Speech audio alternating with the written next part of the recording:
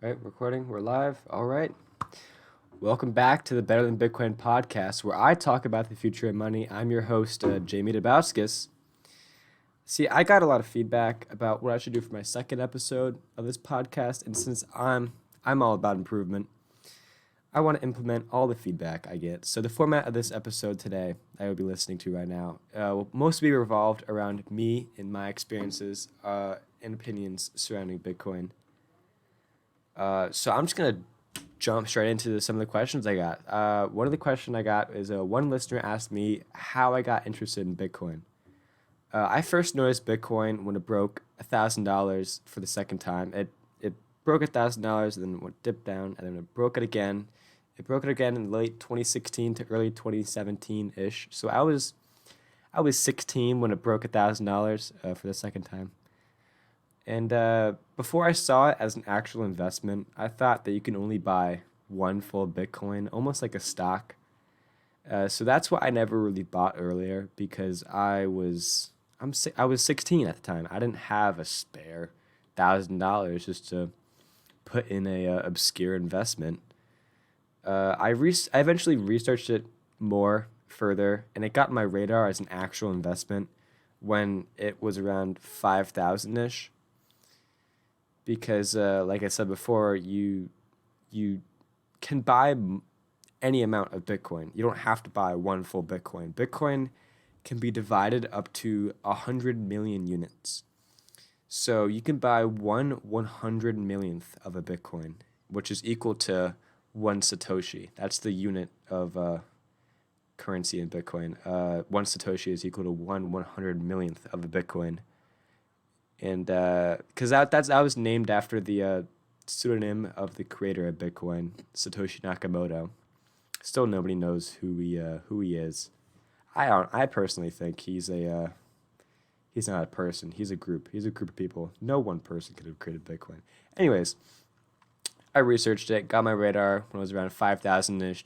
If I gotten earlier, around 1,000 ish, if I was more educated, oh my god, could have made a hell of a lot more money. But no, it's just how it is. I ended up purchasing my first $100 worth of Bitcoin at around 5,700 a coin in October 2017.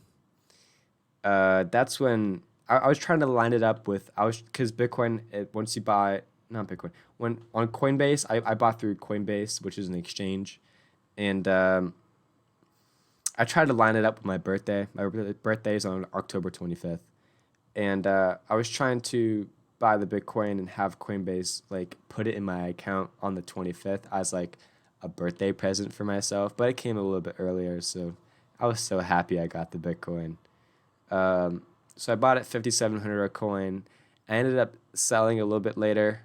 Um, I ended up selling it exactly. I have it written down here.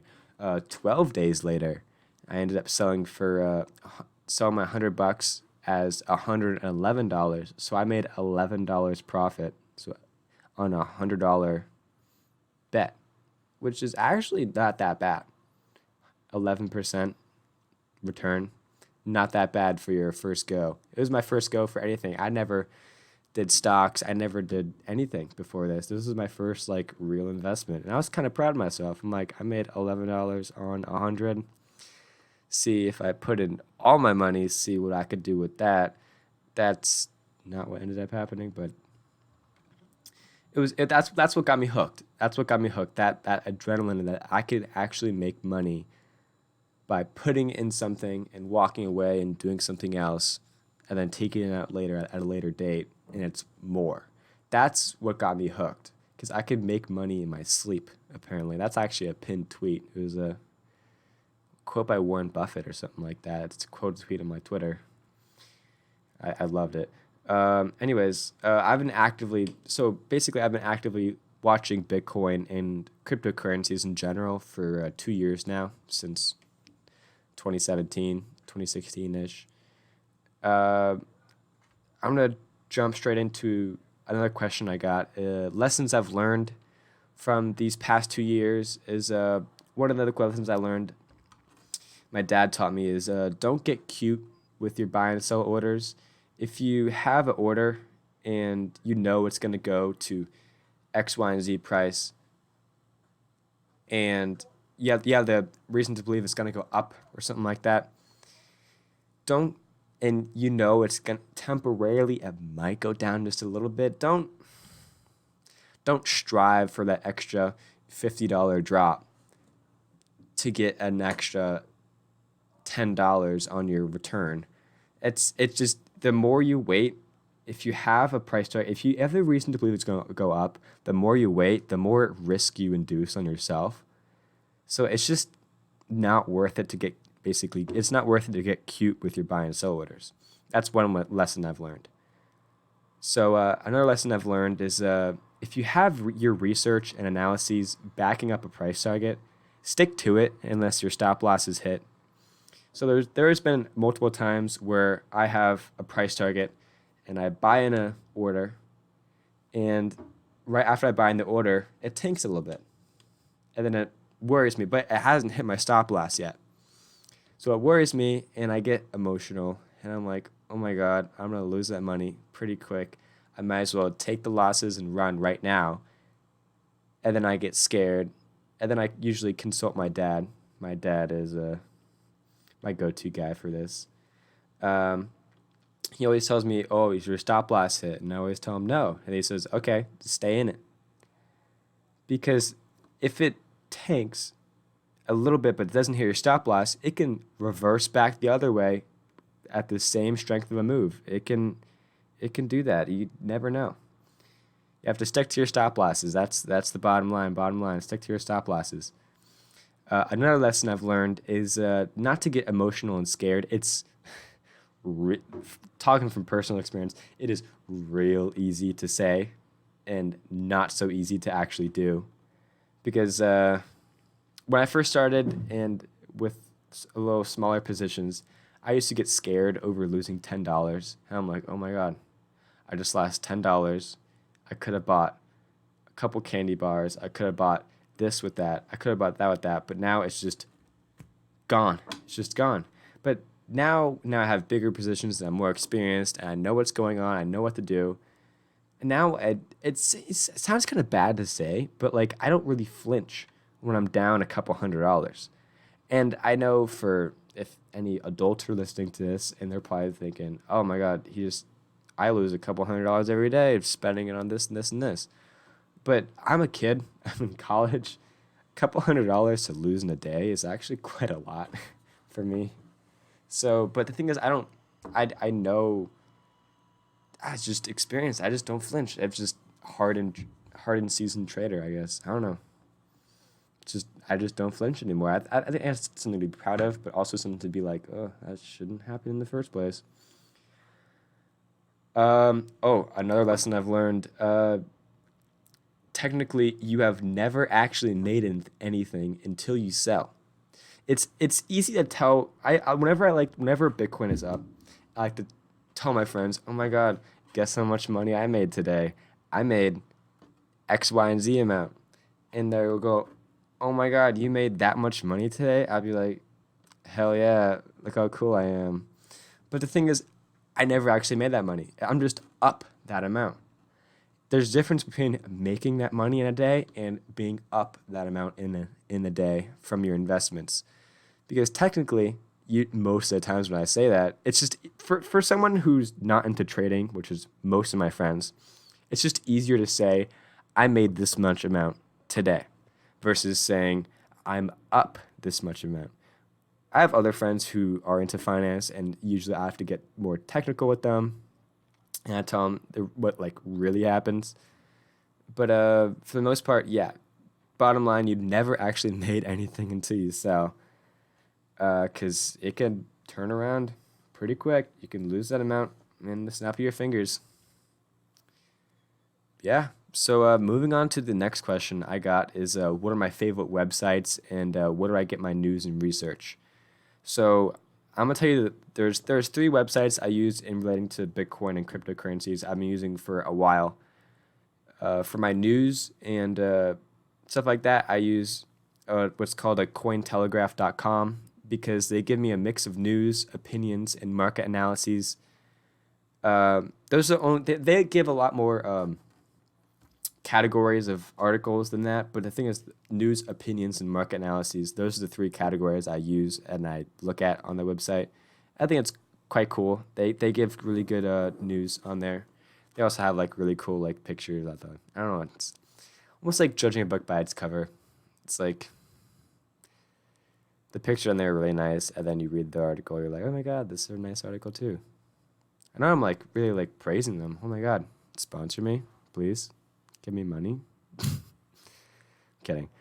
Another website I use is TradingView. I use TradingView for all my charts and analyses. They have a list of tools. You can use indicators on it, so moving averages. You can add drawings to your charts. You can add pretty much anything you can think of. A lot of websites even use TradingView as their API or their application interface for a lot of their programs. TradingView is almost like the standard for a lot of the charts online for Bitcoin, so it's kind of like the go-to.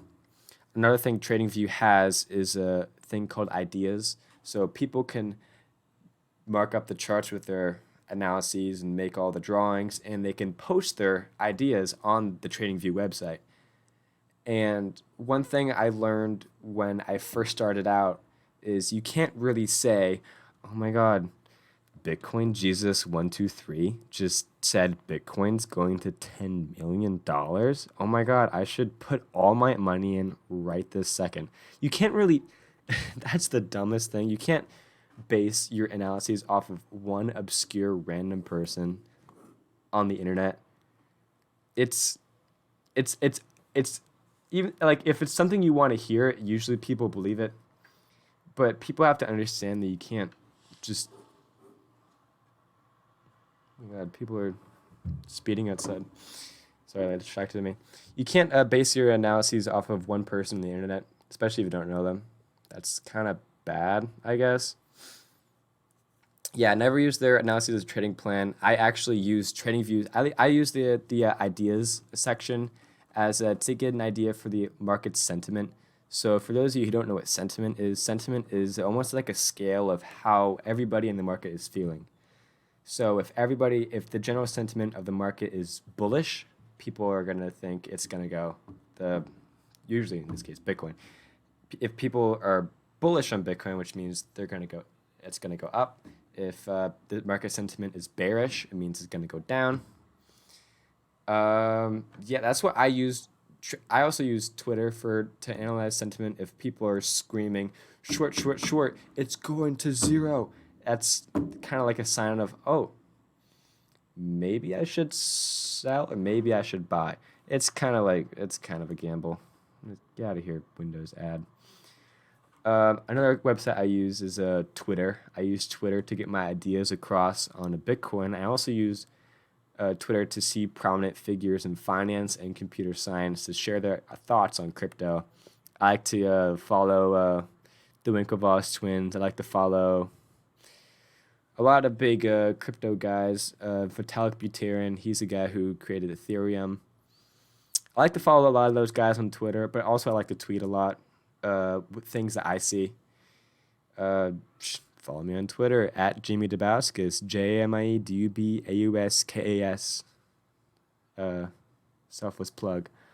But yeah, those are the three websites I mainly use for the past 2 years just for Bitcoin related stuff. So I'm just gonna go right into the next question. Someone asked me to compare the trading platforms that I use or used. So I'm just get right into. I use Coinbase. Coinbase is the most simple thing you can use. Coinbase is mainly used for the beginner person who doesn't know anything about Bitcoin. I've used Coinbase since I've started. That's where I bought my first $100 worth of Bitcoin. It's very simple and it's meant for beginner users. Coinbase also offers a pro version called Coinbase Pro. It's meant for people who know how to trade, and it's usually like, if I could, oh my god, if I could scale it, it's usually intermediate traders and above. You can if you know markets, you can pretty much go straight to Coinbase Pro. It's kind of the easiest platforms. Their fees are, people complain about their fees. I think it's like for smaller traders, like 0.5% to maker orders and 0.5% to taker orders. Their fees are a little high, but I mean, simplicity comes at a cost, right? So another exchange I've used in the past, but I don't really use anymore, is Binance. Binance is an exchange based in China. They so since it's based in China, they have to abide by China laws and they can't accept U.S. customers. But the thing is, if you fund it with Bitcoin and you fund it with other coins, you don't really have to provide much information of, oh, I'm from the U.S. So I've used it in the past to like trade some like obscure small cap coins. But I wouldn't recommend like linking your bank account to it because you'll probably get banned because you're not supposed to use it if you're in the U.S. But I know they are launching a U.S. platform soon, within the next couple of months or so. I don't know. Another exchange I've used in the past personally is a Kraken. I used to use it a lot. Kraken, they're based in the UK. They had another thing where it's like technically it was like a gray area when I used it where they didn't really have regulations tight on it, but I technically wasn't really supposed to be using it because I'm in the US and they're in the UK and they have different laws. But I used Kraken primarily at the time for buying altcoins or alternative coins, almost like other coins other than Bitcoin. And I used it. That was back when Coinbase only offered 4 different coins when they offered Bitcoin, Bitcoin Cash, Litecoin, and Ethereum. And Ethereum Classic. Oh, I don't know, maybe 4 or 5 coins, but not that many. Coinbase didn't have that many options. Nowadays, Coinbase is up to date. They're giving more options. They're giving more altcoins you can buy. So I haven't touched my Kraken account in a while. I probably have like 2 cents on there where I couldn't withdraw it, like left over from a sold trade. Kraken, give me back my 2 cents, bro. It's not cool. Anyways, another question I got is books I've read and books that I should recommend. We're in relating to Bitcoin, obviously. This is a Bitcoin podcast. One of the books I've read and recommend is a book called Bitcoin Billionaires.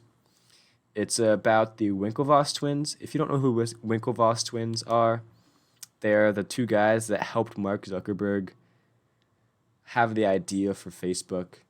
And, well, long story short, the Winklevoss twins got stabbed in the back, figuratively, not literally, by Mark Zuckerberg, and he became one of the world's richest men while they're sitting there like, oh my God, give us a piece of that. I feel like they were one of the original like big name investors once Bitcoin started. So it's basically Bitcoin Billionaires is a story about them and how they got their start through Bitcoin, how they become Bitcoin billionaires. I mean, it's in the title. Another book I recommend is a book called American Kingpin. It's about how Bitcoin got its original momentum from the creation of the Silk Road. The Silk Road, for those of you who don't know, is a website where you used to buy those all those illegal stuff online with Bitcoin, like drugs, guns, hitmen, hacked accounts, like any illegal thing imaginable you can buy on the website with Bitcoin. Nowadays it's shut down because the guy who created it, spoiler alert, got arrested. That's common knowledge. That wasn't a spoiler alert. Yeah, it was a great book about the Ross Ulbricht. Ulbricht. I feel like I'm pronouncing his name wrong, but that's his name. He started the Silk Road, and yeah, anyone who says, oh, Bitcoin had value back then, it was like just without illegal transactions, they're lying 100%. I believe that Bitcoin would be useless today if it wasn't used for illegal stuff. Nowadays, it's less used for illegal stuff, more used for investments and all the people like me who want it as investments. It's still kind of used for illegal stuff, but not as much as it was in the early days. Speaking about how people use Bitcoin, I got a question about talking about how I've been using Bitcoin. Usually with Bitcoin, mostly use it as an investment. Um, what I've been using it is a medium of exchange. I can get like Cash App. Pretty sure Cash App charges you to withdraw money, or no, they don't charge you to withdraw money.